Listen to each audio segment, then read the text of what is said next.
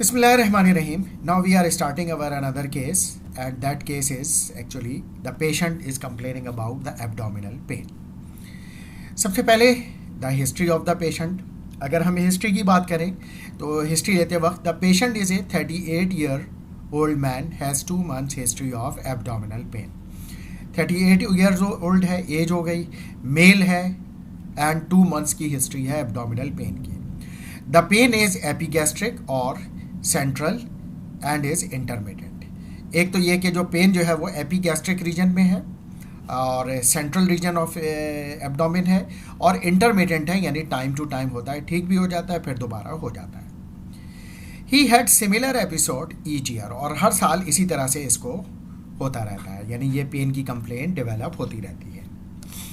On that occasion he took some indigestion mixture obtained from a retail pharmacy and the symptoms resolved after 10 weeks.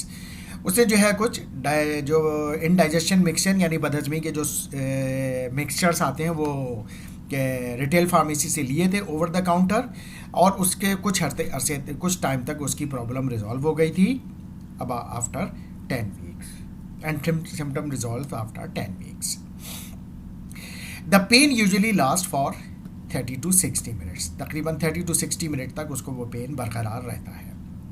It often occurs at night, और ये जो pen होता है वो रात को होता है. When it can wake him up, जिसकी वजह से उसकी आँख खुल जाती है, उड़ जाता है वो. And seems to improve after meals, और जब वो कुछ खा पी लेता है तो ये पेन जो है वो काफ़ी हद तक इसमें रिलीफ मिल जाता है. Some foods such as curries and other spicy foods, इस तरह के फूड जो कि करीज या स्पाइसी फूड्स हैं, seem to bring on pain on occasion, और वो जो है वो पेन को जो है वो और बढ़ा देते हैं on the pen on occasion. तो ये भी इसकी हिस्ट्री में शामिल है. जब इसकी हिस्ट्री ली तो इसने पेशेंट ने बताया कि करीज या अदर स्पाइसी फूड्स वो लेता है तो bring on the pain on occasions, यानी ओकेजन्स पे अगर वो इस तरह का फूड लेता है तो उससे उसका पेन और बढ़ जाता है. अच्छा, he has smoked 10 to 15 cigarettes per day, ठीक है, फॉर 25 years. पिछले 25 साल से वो 10 से 15 सिगरेट पर डे पीता है. And drinks around 30 units of alcohol each week. Week में 30 units ऑफ अल्कोहल पीता है. एक यूनिट ऑफ अल्कोहल जो होता है वो almost equal to 10 ml alcohol के, प्योर अल्कोहल के बराबर होता है. तो 30 units means 300 ml of alcohol the patient takes each week. तो 300 ml है वो बहुत ज़्यादा क्वांटिटी है, यानी जिसकी वजह से लिवर डैमेज हो सकता है. तो ये पेशेंट जो है वो 30 units of alcohol each week जो ले रहा है ये बहुत ज़्यादा क्वांटिटी में ले रहा है. स्मोकिंग भी इसकी बहुत ज़्यादा है, 10 to 15 सिगरेट्स पर डे, और पिछले 25 साल से है. He is not taking any medication at present. अभी तक उसने कोई दवा इस एब्डोमिनल पेन के लिए नहीं ली है. There is no other relevant medical history. इसके अलावा और उसकी कोई मेडिकल हिस्ट्री नहीं है, कोई और कॉम्प्लिकेशन नहीं है, लाइक वो जैसे होता है कि पेशेंट को डायबिटीज़ है या हाइपरटेंशन है या कोई और इशू है. इसकी जो प्रोफेशनल हिस्ट्री ली गई, ऑक्यूपेशनल हिस्ट्री ली गई, तो he works as a financial broker in the city. ठीक है, तो ये एक फाइनेंशियल ब्रोकर है जो कि पैसों को जी है इन्वेस्टमेंट के लिए एडवाइस करता है. तो ये इसकी जॉब है. He has been feeling more tired recently, और वो बहुत अपने आप में कमज़ोरी महसूस करने लगा है. And had put this down to pressure of work, और वो ये समझता है कि शायद ये प्रेशर ऑफ वर्क प्रेशर की वजह से है. अच्छा, ए ब्लड काउंट वॉज सेंट, यानी इसकी CBC यानी कंप्लीट ब्लड काउंट भी करवाई गई इन ऑर्डर टू आइडेंटिफाई कि आखिर इस पेशेंट को क्या प्रॉब्लम है, या इससे कोई क्लू मिल सके. अच्छा, उसके बाद हम आते हैं एग्जामिनेशन पे. तो अगर हम एग्जामिनेशन की बात करें, यानी ये तो पेशेंट की आपने हिस्ट्री ले ली, अब आते हैं physical examination and laboratory test. Physical examination किया गया तो there is mild tenderness at epigastrium, यानी एपीगैस्ट्रिक रीजन जो है, जब वहाँ पर फिजिशियन ने उसको चेक किया तो कुछ टेंडरनेस यानी खिंचाव सा था. But no other abnormalities are observed. इसके अलावा और किसी किस्म की एबनॉर्मेलिटीज़ वहाँ पर आइडेंटिफाई नहीं हुई है. इन्वेस्टिगेशन की गई यानी लेबोरेटरी टेस्ट किया गया, तो हीमोग्लोबिन को जब चेक किया तो हीमोग्लोबिन इस पेशेंट का आ रहा था 10.2 ग्राम पर डेसीलीटर या 10.2%, जो कि कम है, जिसकी नॉर्मल रेंज जो मैन में है या मेल में है वो 13.3 से लेके 17.7 ग्राम पर डेसीलीटर है। तो ये तो आइडेंटिफाई हो गया कि इसको एनीमिया है यानी हीमोग्लोबिन की कमी है। रेड सेल काउंट 6400, ठीक है, ओके है ये। मीन कॉर्पस्कुलर वॉल्यूम 71, ये भी ऑलमोस्ट ओके है, ऑल्दो इट इज़ लेस, यानी मीन जो वॉल्यूम है आरबीसी का वो ज़रा कम है। वाइट सेल काउंट 8900, ये भी ठीक है। प्लेटलेट काउंट 350,000, ये भी ठीक है। आयरन को देखा गया तो आयरन जो था 4 मिलीमोल पर लीटर पाया गया, जबकि इसकी नॉर्मल रेंज है 14 से लेके 31 मिलीमोल पर लीटर। तो इसका मतलब है इसको आयरन डेफिशिएंसी भी, और ये फर्दर कंफर्म हो रही है हीमोग्लोबिन की कमी से। टोटल आयरन बाइंडिंग कैपेसिटी 76, ये ठीक है, बाइंडिंग कैपेसिटी ठीक है, यानी प्रोटीन का मसला नहीं है। फेरेटिन को चेक किया गया तो फेरेटिन भी कम निकला, यानी ये जो आयरन की जो प्रोटीन होती है 6 मिलीग्राम पर लीटर आइडेंटिफाई हुई, जबकि नॉर्मल रेंज इसकी जो है वो 20 से लेके 300 मिलीग्राम पर लीटर होती है। तो ये तमाम इंडिकेशन हमें लेबॉर्ट्री टेस्ट की ये दे रही हैं कि पेशेंट जो है वो एनीमिक है, और उसी की वजह से उसको ये प्रॉब्लम्स हो रहे हैं सारे। एब्डोमिनल पेन है, जो उसको वीकनेस फील हो रही है, और फूड लेने के बाद जो उसका डाइजेशन इम्पेयर होता है, ये सारे जो कॉम्प्लिकेशंस उसको डेवलप हो रही हैं इसी आयरन की डेफिशिएंसी की वजह से हो रही हैं। इसके अलावा जब माइक्रोस्कोपिक एग्जामिनेशन किया गया आरबीसी का, तो blood film is reported as showing microcytic, यानी आरबीसी का साइज जो था वो माइक्रोसाइटिक था। हाइपोक्रोमिक रेड सेल्स, और जो उसमें क्रोम यानी हीमोग्लोबिन की क्वांटिटी भी कम थी। तो ये क्लियर इंडिकेशन दे रहा है, माइक्रोसाइटोसिस वैसे भी ये इंडिकेशन होती है आयरन डेफिशिएंसी एनीमिया की। माइक्रोसाइटिक हाइपोक्रोमिक एनीमिया हो रहा है पेशेंट को, जो कि क्लियर फाइंडिंग है, यानी डायग्नोसिस की हम तरफ जा रहे हैं, और इससे हमें पता चल रहा है कि पेशेंट को आयरन डेफिशिएंसी एनीमिया है। अच्छा, अब questions is there are some questions, how do you interpret these findings. जैसा कि मैंने अभी बताया कि ये फाइंडिंग्स आपको सारी यही बता रही हैं, चाहे हीमोग्लोबिन हो, चाहे आयरन की वैल्यू हो, चाहे फेरेटिन की हो, माइक्रोसाइटोसिस हो, हाइपोक्रोमिक हो, तो ये तमाम चीज़ें ये आपको फाइंडिंग्स बता रही हैं कि पेशेंट को आयरन डेफिशिएंसी एनीमिया है। What is likely diagnosis and how should it be confirm. Likely diagnosis वही आयरन डेफिशिएंसी एनीमिया, और ये कंफर्म हो रहा है इस सीबीसी की रिपोर्ट पे, यानी इसमें आयरन और फेरेटिन की जो फर्दर रिपोर्ट है हीमोग्लोबिन के साथ, इससे कंफर्मेशन ऑफ डायग्नोसिस भी हमें मिल रहा है। अब हम आते हैं आंसर ऑफ दिस केस पे। तो अगर हम इस केस को डिस्कस करना शुरू करें तो the blood count shows anaemia with A low mean corpuscular volume, एक तो ये है, and indicating the microcytic anaemia, और ये रिप्रेजेंट कर रहा है microcytic anaemia.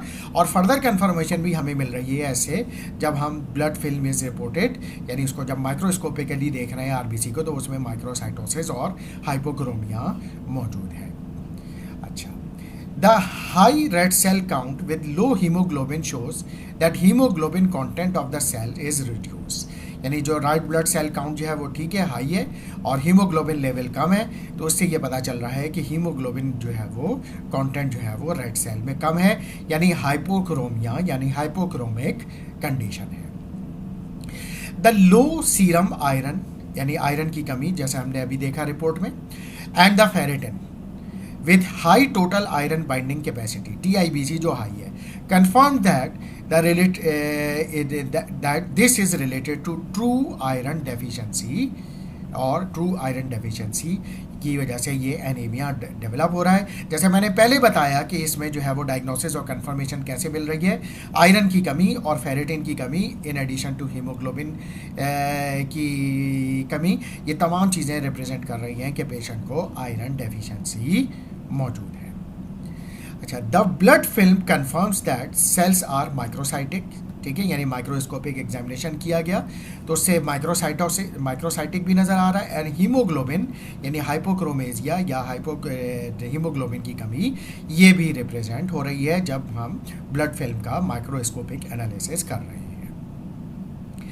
In anaemia of chronic disease the cells में be microcytic and serum iron low, but the TIBC would be low also the ferritin normal.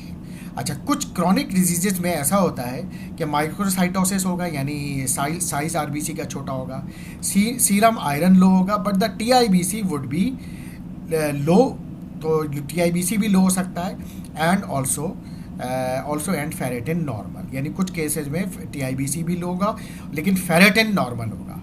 But this diagnosis is most likely to be a peptic ulcer. ये आमतौर पे अगर ऐसी situation हो, microcytosis हो, serum iron लो हो, ferritin normal हो लेकिन टीआईबीसी भी लो हो, तो ये डायग्नोसिस जो होगा वो ज़्यादातर जाएगा कि पेशेंट को पेप्टिक अल्सर है rather than iron deficiency anaemia. लेकिन ऐसी तो कोई सिचुएशन नहीं है, टीआईबीसी जो है वो नॉर्मल है, ठीक है ना, टीआईबीसी का तो मसला नहीं है, 76 है, बल्कि ये थोड़ा सा बढ़ा ही वो है टोटल आयरन बाइंडिंग कैपेसिटी, और फेरेटिन लो है, तो ये क्लियरली इंडिकेट कर रहा है कि ये आयरन डेफिशिएंसी एनीमिया है। अच्छा, अब हम इस केस पे आगे चलते हैं। The commonest cause of iron deficiency anaemia in man is gastrointestinal blood loss. अच्छा, अब मैन में अगर आयरन डेफिशिएंसी एनीमिया हो रहा है तो जो कॉमन कॉज है वो है जीआई ब्लड लॉस, यानी गैस्ट्रोइंटेस्टाइनल ट्रैक्ट में कहीं पर कोई परफोरेशन, कोई इन्फ्लेमेशन, कहीं पे कुछ प्रॉब्लम है जिसकी वजह से जो है वो एनीमिया डेवलप हो रहा है, यानी लॉस ऑफ ब्लड कहीं ना कहीं से हो रहा है।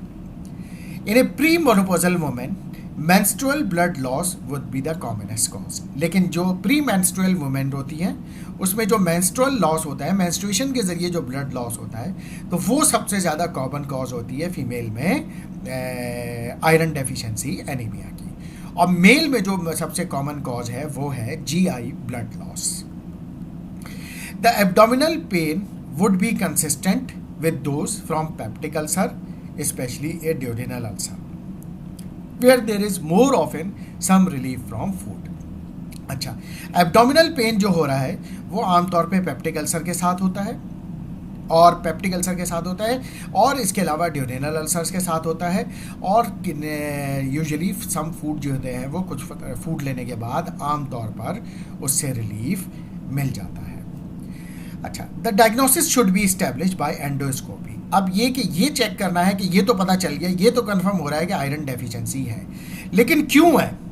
क्या जीआई ट्रैक्ट में कुछ प्रॉब्लम है, कहीं पे ब्लड लॉस हो रहा है, क्योंकि ये मेल है, तो the diagnosis should be established by endoscopy because alternative diagnosis such as carcinoma of the stomach can not be ruled out from the history.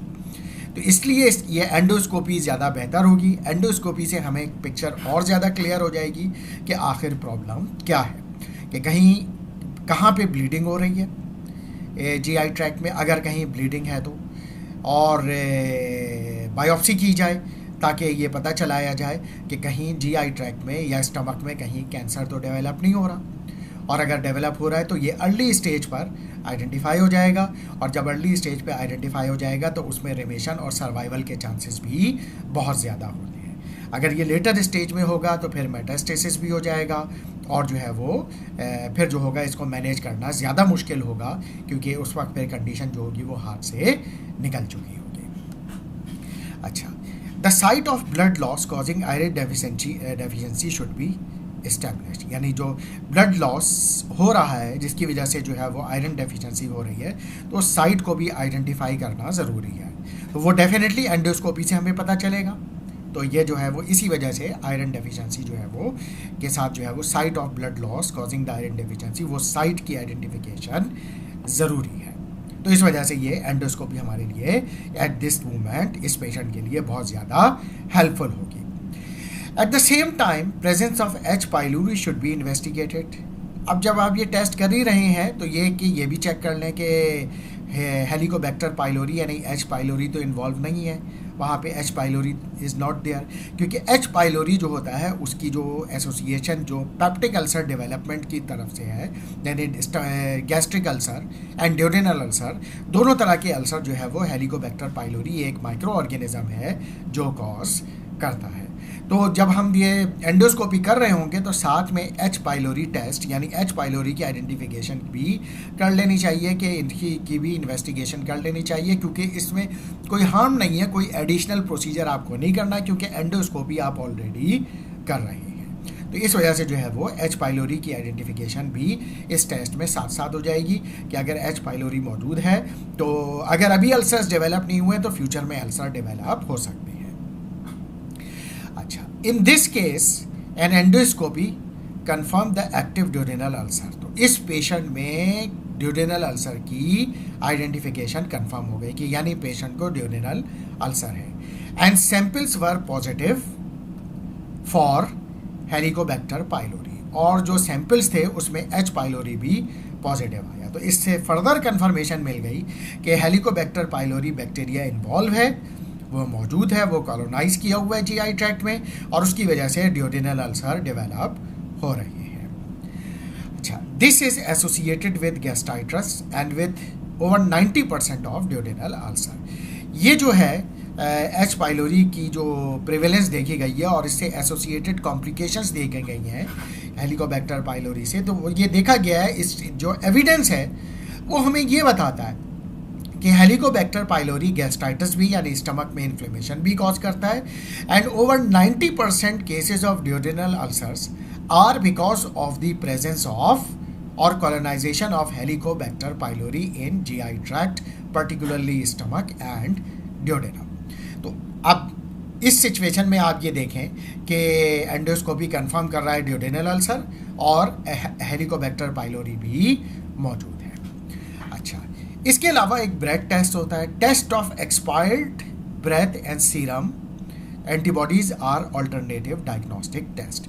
इसके अलावा हम हेलिकोबैक्टर पाइलोरी यानी एच पाइलोरी को और भी चेक कर सकते हैं ब्रेथ टेस्ट से, यानी जो ब्रेथ होती है, सांस जो होती है, उस टेस्ट से भी, ये नॉन इन्वेसिव मेथड है, इससे भी चेक कर सकते हैं हम कि एच पाइलोरी मौजूद है या नहीं है। इसके अलावा सीरम एंटीबॉडीज़ यानी ब्लड टेस्ट से भी हम चेक कर सकते हैं कि ब्लड में एच पाइलोरी के अगेंस्ट एंटीबॉडीज़ मौजूद हैं या नहीं है। तो ये हमारे पास ऑल्टरनेटिव टेस्ट भी मौजूद हैं जो कि एच पाइलोरी को फर्दर कंफर्म कर सकते हैं कि एच पाइलोरी इन्फेक्शन है या नहीं है। वैसे जो स्टैंडर्ड है या जो स्पेसिफिक स्टैंडर्ड है वो तो यही है एंडोस्कोपी, जिसमें आप बिल्कुल क्लियर होते हैं कि एच पाइलोरी पॉजिटिव आया है और एच पाइलोरी मौजूद है। The H pylori was treated by a combined regimen of omeprazole. ठीक है, एच पाइलोरी को अब ट्रीट करना है for 6 weeks and triple therapy with lansoprazole, amoxicillin and clarithromycin for 7 days. अच्छा, अब हम अगर इसकी बात करें कि ये केस क्या है, ये केस किस तरह से है और इसको कैसे मैनेज करना है, तो एच पाइलोरी की जो ट्रीटमेंट है, जो रिकमेंडेशन है, वो FDA ने दी हुई है। तो अगर हम इसकी रिकमेंडेशन के हवाले से थोड़ा सा टेक्स्ट देख लें कि टेक्स्ट आखिर हमें क्या कहता है, यानी FDA की रिकमेंडेशन या FDA की गाइडलाइंस क्या है। यहाँ पे तो हम ये कह रहे हैं कि एच पाइलोरी को जो ट्रीट करना है वो combined regimen of omeprazole for 6 weeks and triple therapy. ठीक है, ओमिप्राजोल ले सकते हैं या ओमिप्राजोल का दूसरा डेरिवेटिव लेंजोप्रिजोल ले सकते हैं, ये सारे प्रोटॉन पंप इनहिबिटर हैं। इसके अलावा amoxicillin and clarithromycin for 7 days, ये जो है वो ट्रीटमेंट जो है वो लिया जा सकता है।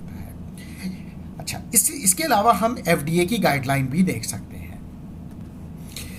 ये है हमारे पास US FDA Food and Drug Administration approve oral regimen use to eradicate H pylori infection और ड्यूडेनल अल्सर पेशेंट्स। तो ये हमारे पास रिकमेंडेशन है और ये जो रिकमेंडेशन है वो है कॉम्प्रिहेंसिव फार्मेसी रिव्यू के chapter of peptic ulcer disease and related acid associated disorder. तो इसकी रिकमेंडेशन में ये शामिल है।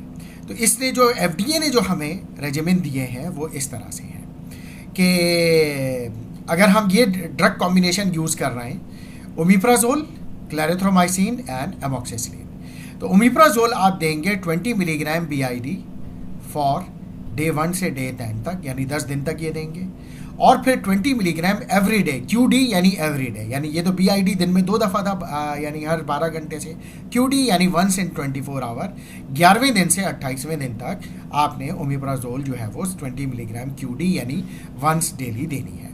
क्लेरिथ्रोमाइसिन आप देंगे 500 मिलीग्राम BID यानी 500 milligram two hourly from days 1 to 10, यानी 10 दिन तक आपने ये देनी है। एमोक्सिसिलिन देंगे 1 ग्राम यानी 1000 मिलीग्राम BID यानी वही दिन में 2 दफ़ा 12 घंटे से वही 10 दिन तक ये आपने ड्रग रेजिमेन यूज़ करना है। अच्छा, इसके बाद दूसरा जो ऑप्शन है, जैसे जिसका तज़किरा इन्होंने यहाँ पर भी किया है कि जो ये लेंजोप्रोजोल, एमोक्सिसिलिन एंड क्लेरिथ्रोमाइसिन, तो ये रेजिमेन ये भी दिया हुआ है। लेंजोप्रोजोल आप देंगे 30 milligram BID for up to 10 days, 10 दिन तक जो है वो ये रेजिमेन आप यूज़ करेंगे। एमोक्सिसिलिन 1 ग्राम BID इसके साथ दी जाएगी यानी 12 आवरली 10 डेज तक, और clarithromycin 500 milligram BID for up to 10 days. तो ये जो है हमारे पास दूसरा रेजिमेन मौजूद है। तीसरा रेजिमेन हमारे पास एक और मौजूद है, एस्मोप्रोजोल, ये भी प्रोटॉन पंप इनहिबिटर है, और इसके साथ जो कॉम्बिनेशन है वो एमोक्सिसिलिन और क्लेरिथ्रोमाइसिन का है। एस्मोप्रोजोल आप किस तरह से देंगे? 40 मिलीग्राम QD यानी एवरीडे, 40 मिलीग्राम एवरीडे, और ये आप देंगे 10 दिन तक। एमोक्सिसिलिन आप देंगे 1 ग्राम BID यानी 1000 मिलीग्राम 12 आवरली, ये भी 10 डेज तक देंगे। क्लेरिथ्रोमाइसिन आप देंगे 500 मिलीग्राम BID यानी 500 मिलीग्राम 12 आवरली, ये भी आप 10 दिन तक देंगे। तो ये जो है वो आपकी एक ये रेजिमेन हो गया। इसके अलावा एक और जो ऑप्शन है आपके पास, that is option of rabeprazole, amoxicillin and clarithromycin. ठीक है, ये तीन। रेबिपेराजोल यहाँ पर again proton pump inhibitor, amoxicillin penicillin derivative antibiotic, clarithromycin which is macrolide antibiotic. ये जो है सबसे शॉर्ट ड्यूरेशन का रेजिमेन है। इसमें आपने रेबिप्रेजोल देनी है 20 मिलीग्राम BID यानी 20 milligram 12 hourly for 7 days. Amoxicillin देनी है 1000 मिलीग्राम BID यानी 1 ग्राम और 1000 मिलीग्राम 12 आवरली फॉर 7 डेज, और इसी तरीके से क्लेरिथ्रोमाइसिन 500 मिलीग्राम BID और 500 मिलीग्राम 12 आवरली फॉर 7 डेज। तो ये आपका एक रेजिमेन ये भी मौजूद है। अच्छा, इसके बाद हम आते हैं एक और जो लास्ट रेजिमेन है, इस पर हम बात करते हैं कि ये जो एजेंट है इसमें आपके पास जो है वो बिस्मथ सबसैलिसाइलेट्स है, जो कि एक बेसिकली जो है वो एंटासिड है। मेट्रोनाइडाजोल है जो कि बेसिकली इमिडाजोल डेरिवेटिव है, और मेट्रोनाइडाजोल जो है वो एनारोबिक बैक्टीरिया को भी कवर करती है। इसके अलावा टेट्रासाइक्लिन हाइड्रोक्लोराइड है, ये भी एक एंटीबायोटिक है जो कि टेट्रासाइक्लिन ग्रुप से ताल्लुक़ रखती है। और H2 receptor antagonist of choice, यानी जो भी आप, क्योंकि देखें H2 रिसेप्टर एंटागोनिस्ट आपके पास इस वक्त 4 मार्केट में अवेलेबल है।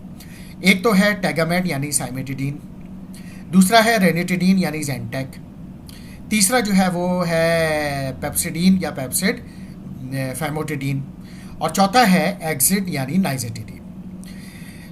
तो ये 4 आपके पास मौजूद हैं, साइमेटिडीन और रेनिटिडीन, फैमोटिडीन, नाइजेटिडीन। तो you can choose any one, but cimetidine का प्रॉब्लम ये है कि ये हर 6 घंटे के बाद लेनी पड़ती है, तो इस वजह से इसमें कंप्लाइंस का इशू डेवलप होने लगता है, तो इस वजह से साइमेटिडीन हम अवॉइड करते हैं। रेनिटिडीन ठीक है, वंस डेली डोज है या फिर ट्वाइस डेली डोज है, लेकिन प्रॉब्लम ये आती है इसमें कि रेनिटिडीन जो है वो अब मार्केट से विड्रॉ हो चुकी है, क्योंकि इसकी कुछ एसोसिएशन साबित हुई है कोलोरेक्टल कैंसर से, तो इस वजह से अब ये मार्केट में अवेलेबल नहीं है। अब रह जाती है हमारे पास 2 H2 receptor antagonist which is famotidine and nizatidine. इसमें भी नाइजेटिडीन बहुत रेयरली यूज़ होती है, क्योंकि चॉइस जो क्लिनिशियंस हैं या फिजिशियंस जो है उनकी जो है वो ये चॉइस में ड्रग शामिल नहीं है। आमतौर पे ये बहुत रेयरली अवेलेबल होती है और बहुत कम प्रिस्क्राइबर्स इस ड्रग को प्रिस्क्राइब करते हैं। तो इस वजह से अब हमारे पास सिर्फ एक ही H2 रिसेप्टर एंटागोनिस्ट रह गया है, जिसकी सेफ्टी और एफिकेसी पर कोई किसी किस्म की अभी तक क्वेश्चंस नहीं है, कोई एविडेंस ऐसा नहीं है, दैट इज़ फैमोटिडीन। तो फैमोटिडीन जो है वो इस वक्त मार्केट में अवेलेबल है। 20 मिलीग्राम जो है वो प्रोफाइलैक्सिक डोज होती है और 40 मिलीग्राम थेराप्यूटिक यानी ट्रीटमेंट के लिए डोज होती है। तो यहाँ पे आप 40 मिलीग्राम वंस डेली यूज़ कर सकते हैं या 20 मिलीग्राम BIDB, ये वाले ये फैमोटिडीन यूज़ कर सकते हैं as a ulcer healing regimen. और अगर हम इनकी डोज की बात करें तो बिस्मुथ सैलिसाइलेट्स आपने देना है 525 मिलीग्राम QID यानी 6 आवरली, ठीक है, यानी 4 टाइम्स डेली 6 आवरली। कब कितने दिन तक देना है? 14 दिन तक देना है। मेट्रोनाइडाजोल 250 मिलीग्राम अगेन QID, ठीक है, तो ये भी आपने देना है QID यानी 6 आवरली 250 मिलीग्राम और अप टू 14 डेज। टेट्रासाइक्लिन ये भी एंटीबायोटिक है 500 मिलीग्राम QID, ये भी आपने 6 आवरली यानी 4 टाइम्स डेली देना है, तो ये भी 14 डेज तक का है। और H2 receptor antagonist of choice जो कि in most of the cases nowadays is famotidine, तो वो आपने देना है अप टू 28 डेज के लिए। तो इस तरह से ये रेजिमेन आपने फॉलो करने हैं। तो ये जो आपने फॉलो करने हैं इसमें ये तमाम रेजिमेन जो है यहाँ तक, ये रेजिमेन नंबर 1, 2, 3, 4 ये FDA अप्रूव है। ये जो लास्ट वाला रेजिमेन है ये यूज़ होता है, इसके एविडेंसेस भी अवेलेबल है but it is not FDA approved. तो ये रेजिमेन जो है हमें प्रोवाइड किए गए हैं इन रेजिमेन को। तो अगर हम कहें कि ये FDA अप्रूव नहीं है तो इसका मतलब ये है कि पहले हमें इन चारों रेजिमेन को आजमाना चाहिए as per clinical practice guidelines recommendation. अगर ये चारों रेजिमेन फेल हो जाएं और पेशेंट को कंप्लेन अभी भी है तो फिर हम उस सूरत में ये वाला रेजिमेन यूज़ करेंगे, वरना अदरवाइज इनको ही हमें प्रेफर करना पड़ेगा। Now come back to the case. ये तो हमने जो रेजिमेन की रिकमेंडेशन थी वो देख ली है, लेंज़ोप्रोजोल, एमोक्सिसिलिन एंड क्लेरथोमाइसिन फॉर 7 डेज नहीं बल्कि ये जो कॉम्बिनेशन है वो अप टू 10 डेज के लिए रिकमेंडेड है। अच्छा, for small less than 1 centimetre uncomplicated ulcers यानी जो छोटे अल्सर्स हैं, there is no indication for continuing proton pump inhibitor after completion of course of antibiotics. तो ये ज़रूरी नहीं है कि आप जो है वो प्रोटॉन पंप इनहिबिटर यानी जो ओमिप्राजोल है या लेंज़ोप्रोजोल है, रेविप्रोजोल है, उसको कंटिन्यू करें after stopping the antibiotics. Bye contrast, continuing anti-secretory therapy until the cure of H. pylori is confirmed is important for complicated ulcers। इसके बरक्स वो यहाँ पर ये रिकमेंडेशन है और गाइडलाइंस भी हमें यही कहती हैं कि जो कॉम्प्लिकेटेड अल्सर्स हैं उसमें H. pylori की इरेडिकेशन के या क्योर के बाद भी काफ़ी अरसे तक, वही जैसे कई रेजिमेन में अप टू 28 डेज तक लिखा हुआ है कि आपने एंटी सेक्रेटरी थेरेपी यानी प्रोटॉन पंप इनहिबिटर को कंटिन्यू करना है। हाँ, जो कि अनकॉम्प्लिकेटेड है उसमें आप के लिए ज़रूरी नहीं है कि फिर आप प्रोटॉन पंप इनहिबिटर को कंटिन्यू करें, आप उसको स्टॉप कर सकते हैं when you are stopping the antibiotic.